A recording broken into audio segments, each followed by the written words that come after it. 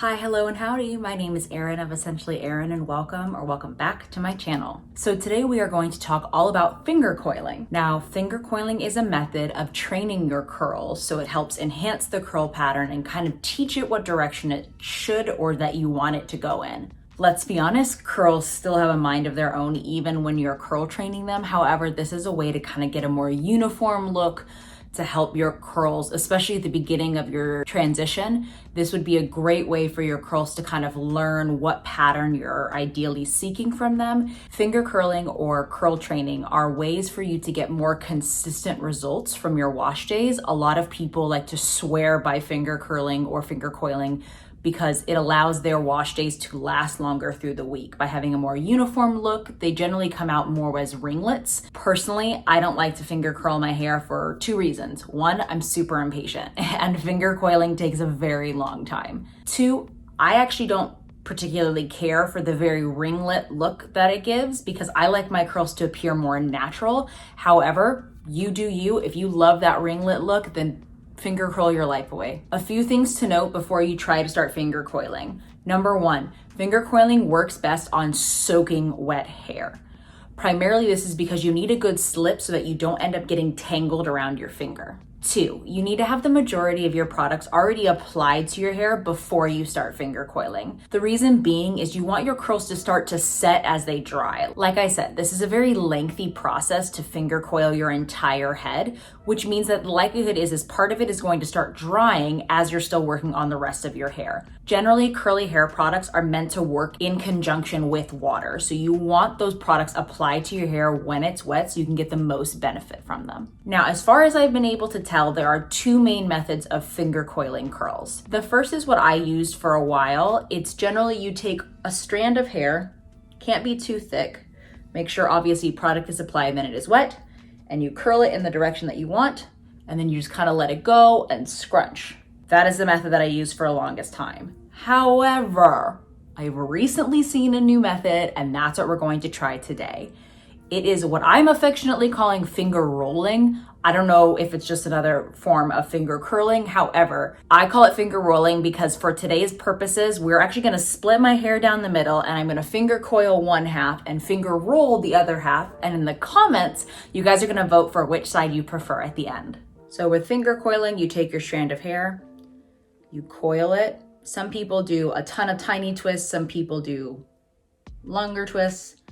You finish, and then whenever you're done, you kind of like scrunch it up and hold it to your head, and you're left with this nice little bouncy ringlet. Now with finger rolling, you take a section of your hair, again, make sure that it is covered in product and very wet. You go to the bottom of that section, you pinch it up, and then you kind of just tuck between two fingers, and then you slowly roll to the top. And then you get to the top, kind of try to inch one of your fingers out, and then it drops, and you're left with a bouncy ringlet. So what we're gonna do is we're gonna compare both sides at the end. I'm going to go ahead and do this over my entire head, always keeping my Flairosol bottle nearby so I can make sure that my hair stays wet because we don't want any of this happening. We don't want it to dry, frizzy, and spots. So today we washed with my current obsession, the Verb Ghost line. We washed with the Ghost shampoo and the Ghost conditioner. So today for stylers, we're going to be using the Curlsmith Weightless Air Dry Cream as a leave-in, and we're going to use the Bounce Curl Light Cream Gel for a gel. And the best part about this video is I don't have to do any disclaimers, so let's jump in.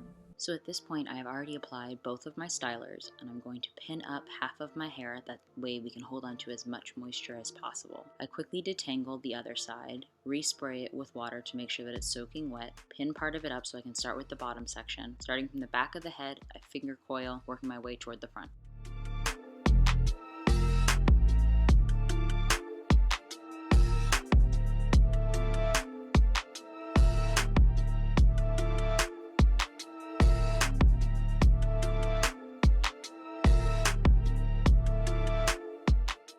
After I finish finger coiling each section, I'll take another little bit of Bounce Curl Gel and scrunch it in gently before moving on to the next part.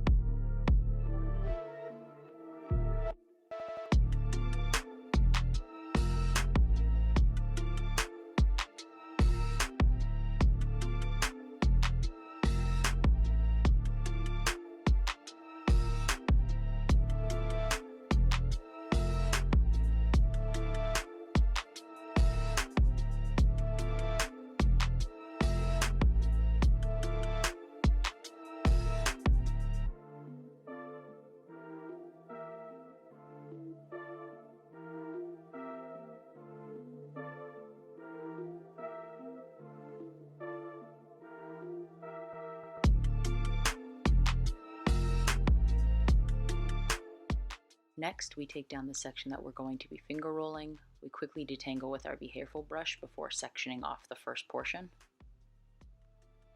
We quickly respray it to make sure that it's still soaking wet, and using the exact same process I described earlier in the video, we pinch a piece from the bottom, quickly roll and gather before loosening the curl.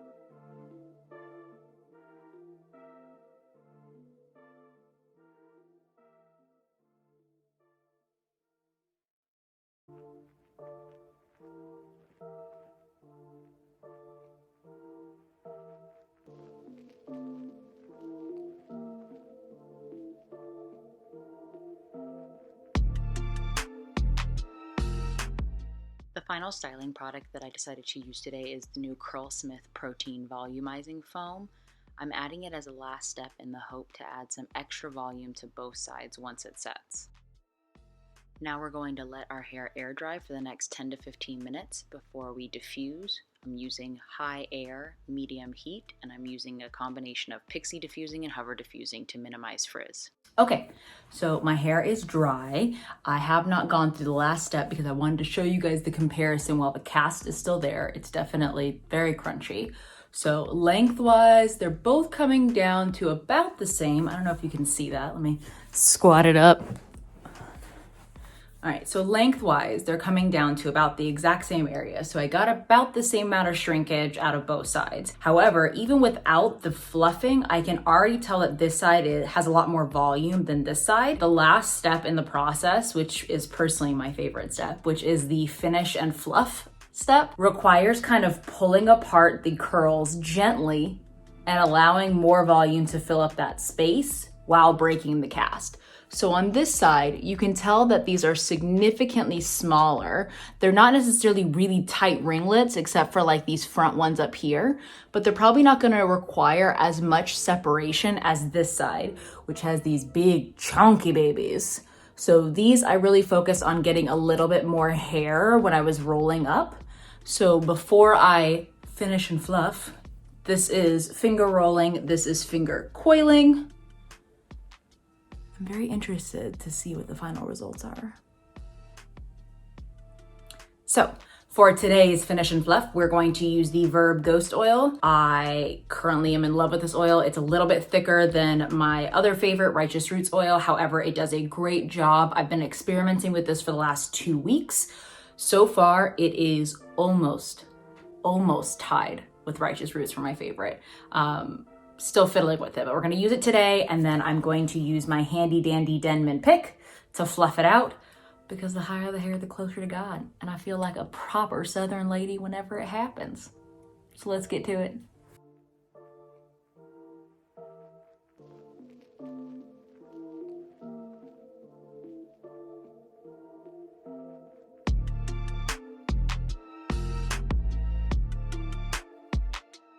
Okay, so we scrunched out the crunch. Now I'm going to go around and separate the curls to see whether or not we can get a little bit more volume. I'm not really seeing many on this side that need to get separated, but I'll try to pull apart a couple. It's also gonna be really hard because I'm not doing this in front of a mirror like I normally am, so I'm just using this front-facing camera. When taking apart ringlets, you want to make sure that your hands still have a decent amount of oil on them so that you don't create any unnecessary frizz. You're going to go very slowly, pulling apart and or unraveling the curls as they lay, and using the pieces that have already formed within the bigger ringlets to make smaller ones.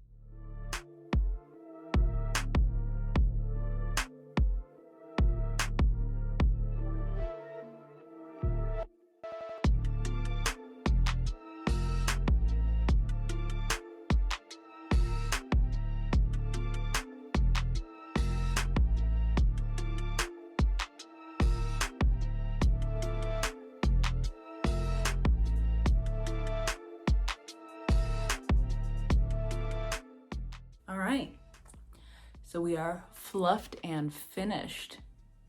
I'm really eager to see which side you guys prefer. Like I said before, I generally don't like that very ringlety curl look. However, I definitely got more of the ringlets on the finger rolling side versus the finger coiling side. And I'm really not mad about it because it also somehow still looks more natural than other styling attempts that I've done before. But I will say the tinier pieces that came on the finger coiling side definitely look very natural. So I don't know. Timing wise, this side did take longer, and I did notice getting a little bit more tangles on this side as I individually rolled them versus this side. But this side obviously takes more time at the end to finish and fluff. So I think that time-wise, it actually kind of equates to the same thing. So couldn't really tell you whether or not one side was saving me more than the other. I think it has a lot more to do with the end result. So tell me in the comments which one you guys prefer, because whichever gets the most votes, either here or on Instagram, we are going to do a follow-up video where we split my head down the middle again and do half of my head with whatever process won on this video, and then do the other half with either the Denman or the Be Hairful brush. So leave a comment, let me know what you prefer. Let me know if you do either of these yourselves, or if you'd like a follow-up video of me doing one of these processes on my entire head instead of half of them. Don't forget to like, comment, subscribe. You can even click the little notification bell so that you can get notified every time I have a new video. I try really, really hard to get a new one to you guys every single week. Sometimes it falls through the cracks, but I'm trying really hard this year to make sure that I've got up-to-date content for you guys, both here and on Instagram. But that's it for this week's video. I'll see you guys next week.